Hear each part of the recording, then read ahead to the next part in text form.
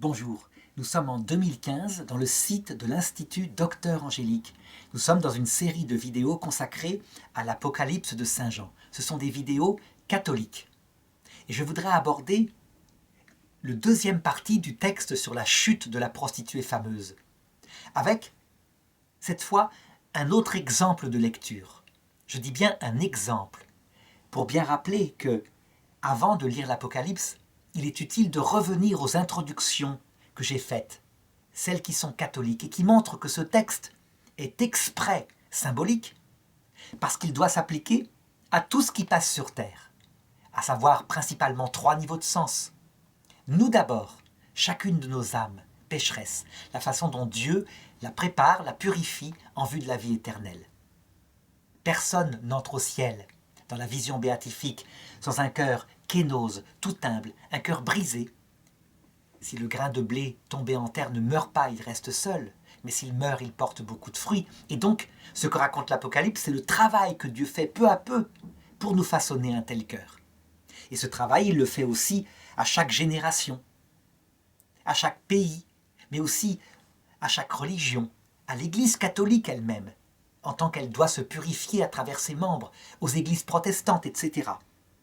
Et enfin, dernier niveau de sens, c'est valable pour l'humanité entière et à la fin du monde particulièrement, lorsque viendra le dernier Antéchrist. Habituellement, c'est uniquement ce texte-là, ce sens-là qui nous intéresse. C'est comme ça que tout le monde le lit, parce que c'est le plus fantastique, celui qui fait rêver. En fait, c'est un sens particulier, comme les autres, qui ne s'appliquera qu'à la dernière génération avec un antichrist particulier. Et donc, pour bien montrer qu'il faut éviter de se cantonner à ce sens-là, eh bien, je voudrais appliquer cette deuxième partie du chapitre 18 de l'Apocalypse à ce qu'a vécu la génération de 1929, ceux qui étaient adultes à cette époque-là. Alors, pourquoi cette idée m'est venue de prendre cet exemple? À cause du film Titanic. Dans le film Titanic, il est raconté, c'est une invention évidemment, c'est un conte, l'histoire de Rose, une jeune fille de bonne famille, qu'on marie avec un homme riche, qu'elle n'aime pas, histoire de remplumer un peu les finances de la famille. Cet homme est un trader américain, il ne pense qu'à l'argent, il est cynique. Et on peut dire que cette femme qu'il épouse, c'est parce qu'elle a un nom sans doute assez connu et que lui-même va dorer un petit peu son patrimoine, son apparence, sa vanité. Or, cette jeune fille qui est sur le Titanic, eh bien, voilà que le Titanic coule d'un coup. Et elle réussit à fuir cet homme, à fuir ce mariage. En fait, tout le monde croit qu'elle est morte. Elle raconte à la fin du film que vers 1929, alors qu'il avait fait ses placements à la bourse de New York, il perdit tout. Et que cette année-là, il se mit une balle dans la tête. C'est dit comme ça, sur un ton léger. Le ton sans doute de quelqu'un qui a encore à se purifier, qui ne comprend pas que cet homme, effectivement, avait mis ses trésors dans l'or, dans la possession, et que pour lui, ce fut un véritable désespoir. Eh bien, je voudrais montrer comment ce texte peut s'appliquer effectivement à cette génération qui a vécu la crise économique de 1929. Mais avec quel regard il faut le lire, ce texte? Parce que si on le prend au sens littéral, on a l'impression que c'est un vaste ricanement venant du ciel, face à la vacuité d'hommes qui sont dans le péché et qui méritent bien finalement de se planter puisque leur seul but, c'est l'argent. En fait, ce n'est que l'apparence de la lecture de ce texte. Parce que Babylone la Grande, dont le texte le ciel rit de la chute, ce n'est pas la personne de ce garçon qui s'est tiré une balle dans la tête, mais c'est le péché en lui. En l'occurrence, le péché d'avarice. Ce péché d'avarice détruit d'un coup par une crise économique. Il y perd son trésor. Il est donc dans la douleur. Mais, en ce qui concerne sa personne à lui, tout ce que cherche le ciel, c'est pas sa chute. C'est qu'il se convertisse grâce à cela. Alors, je vais commencer à lire le texte, donc à partir du verset 10 du chapitre 18.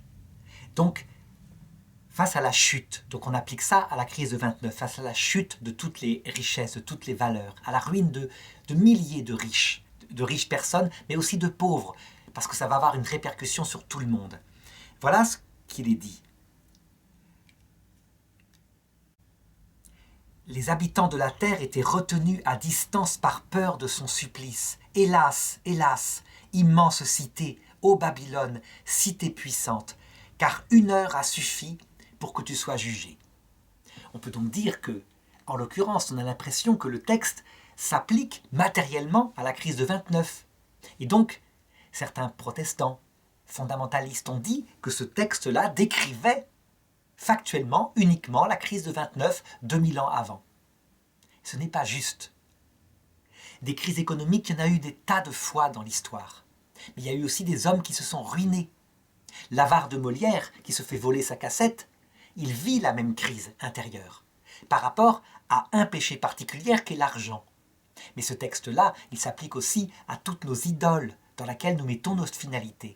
Je ne fais que prendre un exemple pour l'appliquer à la crise de 29. Et le texte continue. Ils pleurent et se désolent sur elle, les trafiquants de la terre. Les cargaisons de leurs navires, nul désormais ne les achète. Ici, on voit ici qu'il est décrit exactement ce que c'est qu'un krach économique. À savoir que sans doute, ce trader, le futur mari de Rose, il avait dû acheter la veille des titres en espérant les vendre le lendemain très cher. Et peut-être en acheter plus que sa fortune, mais c'était pas grave puisque la bourse montait chaque jour. Or, le lendemain, c'est-à-dire 1 heure après, la bourse ne vaut plus rien parce que tout le monde s'est mis à vendre. Et du coup, il essaye de vendre ses titres pour récupérer quelque chose, mais personne ne veut plus acheter puisque ça s'écroule. Et donc ça ne vaut plus rien. Selon la loi, tout ce qui est fréquent que personne ne veut ne vaut rien. Et le texte continue. Cargaison d'or et d'argent, de pierres précieuses et de perles, de lin et de pourpre, de soie et d'écarlate, de bois de thuya, et les objets d'ivoire et les objets de bois précieux, de bronze, de fer ou de marbre, le cinnamome, l'amone et les parfums, la myrrhe et l'encens, le vin et l'huile, la farine et le blé, les bestiaux et les moutons, les chevaux et les chars, les esclaves et la marchandise humaine. On croirait ici décrire la crise de 29 où toutes les marchandises ne valent plus rien, et même les ouvriers qui viennent pour vendre leur travail ne valent plus rien, ne peuvent plus être payés, puisqu'il n'y a plus de travail. Et donc eux-mêmes entrent dans la crise de 29, et n'ont plus de quoi nourrir leur famille. Et à ce moment-là, on ouvre en Amérique des soupes populaires. Et les fruits mûrs que convoitait ton âme s'en sont allés loin de toi, et tout le luxe et la splendeur, c'est à jamais fini pour toi, sans retour. Ce verset-là est important. Il évite de tomber dans la seule interprétation de la crise de 29, donc de la ruine des richesses économiques. Ce qui est visé, ce sont tous nos péchés, donc qui sont au nombre de 3 principalement. Les plaisirs égoïstes, que ce soit la nourriture, la paresse, que ce soit la luxure, que ce soit la drogue, toutes sortes de choses. Deuxièmement, les possessions égoïstes, que ce soit les possessions intellectuelles, qui nous sécurisent, et même la foi peut être comme cela. La foi peut être prise comme un trésor qui nous enlève la peur de la mort. Alors elle devient une sorte de péché capital, parce qu'on n'aime pas Dieu, on aime juste le fait qu'il nous rassure. Et puis sont visés évidemment l'argent. Troisième sorte de péché, les vanités. Donc le péché capital d'orgueil, mais aussi de colère, parce que quand on se met en colère, c'est pour défendre souvent son honneur, son droit qui a été bafoué. Donc on s'estime quelqu'un d'important. Quand cette phrase dit « c'est fini pour toi sans retour », toute personne qui a perdu son trésor, et parfois son trésor, c'est le jeune homme qu'on aimait quand on est une fille, ou réciproquement, et qui nous a plaqués alors qu'on croyait que ça allait durer pour la vie. Toute personne qui a connu ça sait ce qu'il se passe. Elle se dit que c'est fini sans retour. Or, toute sa vie était dans ce bien, et donc elle a envie de mourir. La marque de cette épreuve-là, qui conduit au désespoir, c'est que le trésor de son cœur, donc là où est son cœur, a été enlevé. On pourrait même appliquer ce texte à Jésus en un sens, sauf que Jésus, lui, n'a pas de péché. Il n'a jamais pensé à lui, il ne pense qu'à son Père et il pense au prochain. Seulement, son trésor, c'est son Père, justement, sa présence. Et lui, le tout humble, le tout pur, le perd à la croix, ou a l'impression de le perdre. Mon Dieu, pourquoi m'as-tu abandonné? C'est fini à jamais. Pourquoi a-t-il voulu vivre cela? Parce que de cette façon-là, ayant vécu la même chose que nous, quand nous perdons nos trésors qui souvent sont des péchés, il peut nous comprendre. Oh, il nous comprenait auparavant, il sait ce qu'il y a dans l'homme. Mais là, il a vécu la même chose. Et donc c'est très important à comprendre que le Christ a vécu la même chose pour lire l'Apocalypse. Donc le ricanement, le rire plutôt, ne vient pas de la chute d'un homme, mais vient de la chute du péché qui entraînait un homme vers le mal. Eh bien, à partir du verset 15, on peut dire que la description de la chute de ce péché continue, et on peut dire que le texte s'y étale, tellement c'est une joie de voir ce qui entraînait au mal la grande prostituée être tombée ainsi. Les trafiquants qu'elle enrichit de ce commerce se tiendront à distance, par peur de son supplice, pleurant et gémissant. Hélas, hélas, immense cité, vêtue de lin, de pourpre et d'écarlate, parée d'or, de pierres précieuses et de perles. Car une heure a suffi pour ruiner tout ce luxe. Capitaines et gens qui font de cabotage, matelots et tous ceux qui vivent de la mer, se tinrent à distance et criaient, regardant la fumée de ces flammes. Qui donc était semblable à l'immense cité? Appliqué à la génération de 1929, à ceux qui sont riches, mais aussi à ceux qui sont pauvres, disons à l'Amérique triomphante, qui met sa finalité dans l'enrichissement, mais aussi aux pays européens qui vont en subir les conséquences. Eh bien, appliqué à cette génération, c'est une leçon terrible, la fin d'un monde. C'est un avertissement apocalyptique pour montrer la vanité de toute chose. Là, ça s'est vu parce qu'il y a eu un écroulement total de la bourse. Mais en fait, c'est vécu par tout homme lorsque la mort l'enlève de cette terre et qu'il ne peut pas emmener les richesses qu'il a accumulées. L'immense cité qu'il a construite, il la perd d'un coup, en une heure. Un peu comme dans la parabole de l'homme des greniers, qui, ayant rempli de ses récoltes son grenier, se couche ce soir-là en disant « Plus rien ne pourra m'arriver » et qui meurt la nuit même. Et jetant la poussière sur leurs têtes, ils s'écriaient, pleurant et gémissant, « Hélas, hélas, immense cité, dont la vie luxueuse enrichissait tous les patrons des navires de la mer, car une heure a suffi pour consommer sa ruine. Au ciel, sois dans l'allégresse sur elle, et vous, saints, apôtres, prophètes, car Dieu, en la condamnant, a jugé votre cause. » Tous ces apôtres qui sont cités ici, ce sont les compagnons de Jésus, ceux qui toute leur vie ont prêché, ont averti les hommes de faire attention au péché, que le péché était dangereux, parce qu'on ne l'emmène pas pour la vie éternelle, mais qu'il peut nous entraîner en enfer. Toute la vie, on s'est moqué de ces apôtres, parce que les valeurs du monde, elles semblent établies pour toujours. C'est l'argent qui régit ce monde. C'est le plaisir, c'est la gloire.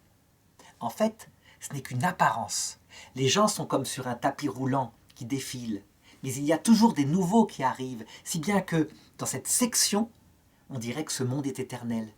La réalité, c'est qu'au bout du tapis roulant, il y a la mort. Et les êtres qui sont là vont disparaître, avec beaucoup de réflexion.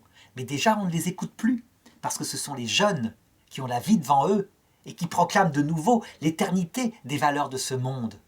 L'égoïsme, ce qui est l'apparence et tout ça.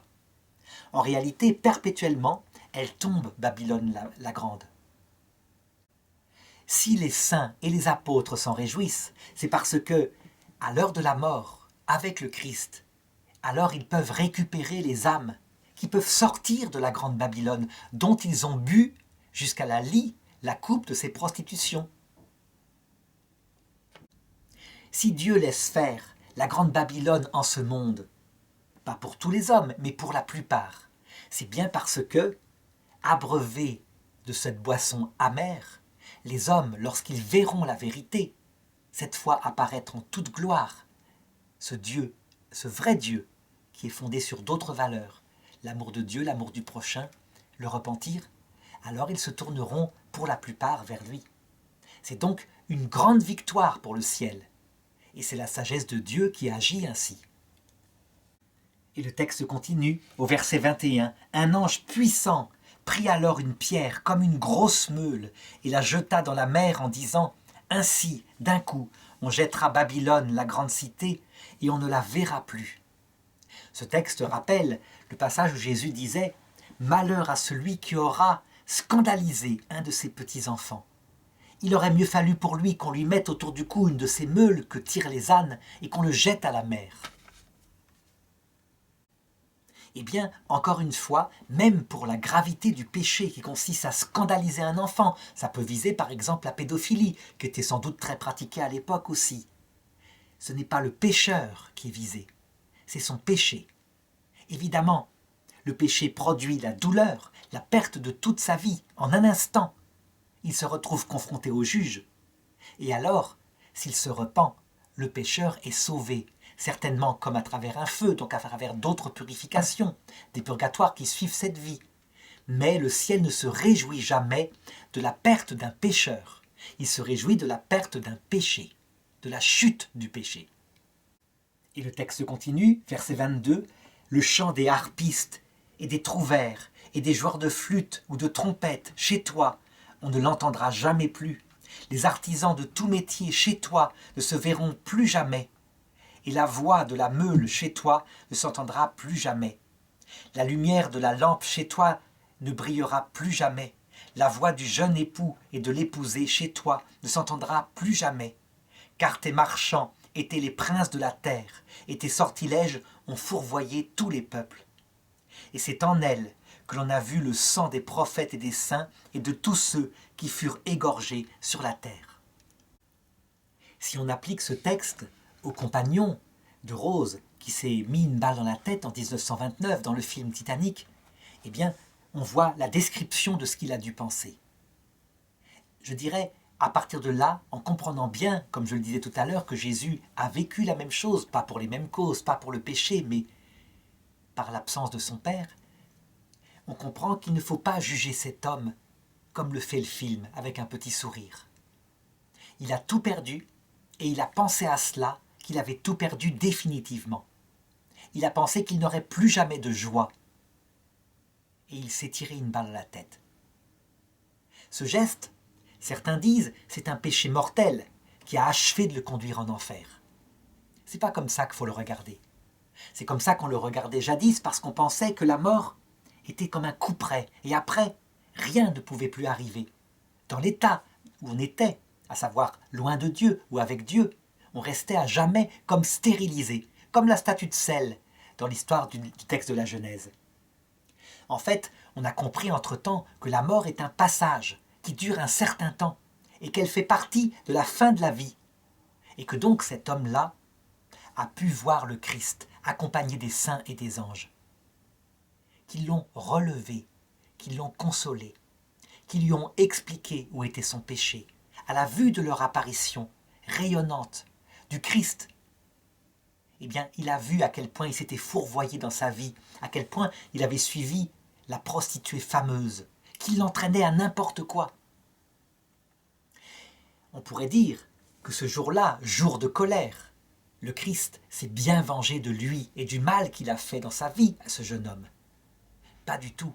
La colère de Jésus a consisté à lui montrer à quel point il le comprenait. Il l'a relevé, et cet homme n'a vu dans ses yeux que miséricorde et bonté. Alors, c'est là qu'est la puissance du Christ. Une puissance comparable à un sceptre de fer, dit la Bible. Certains, en réfléchissant à cette puissance de l'apparition du Christ dans son humilité et son amour, se disent « Alors donc personne ne se damne. Qui peut résister à un tel amour? C'est bien mieux que de la colère terrible. C'est plus fort. » Oui, c'est mon avis. Peu de gens peuvent résister, mais certains le peuvent. L'Écriture nous le révèle, qu'il y a même plus qu'on ne pense qu'ils le peuvent.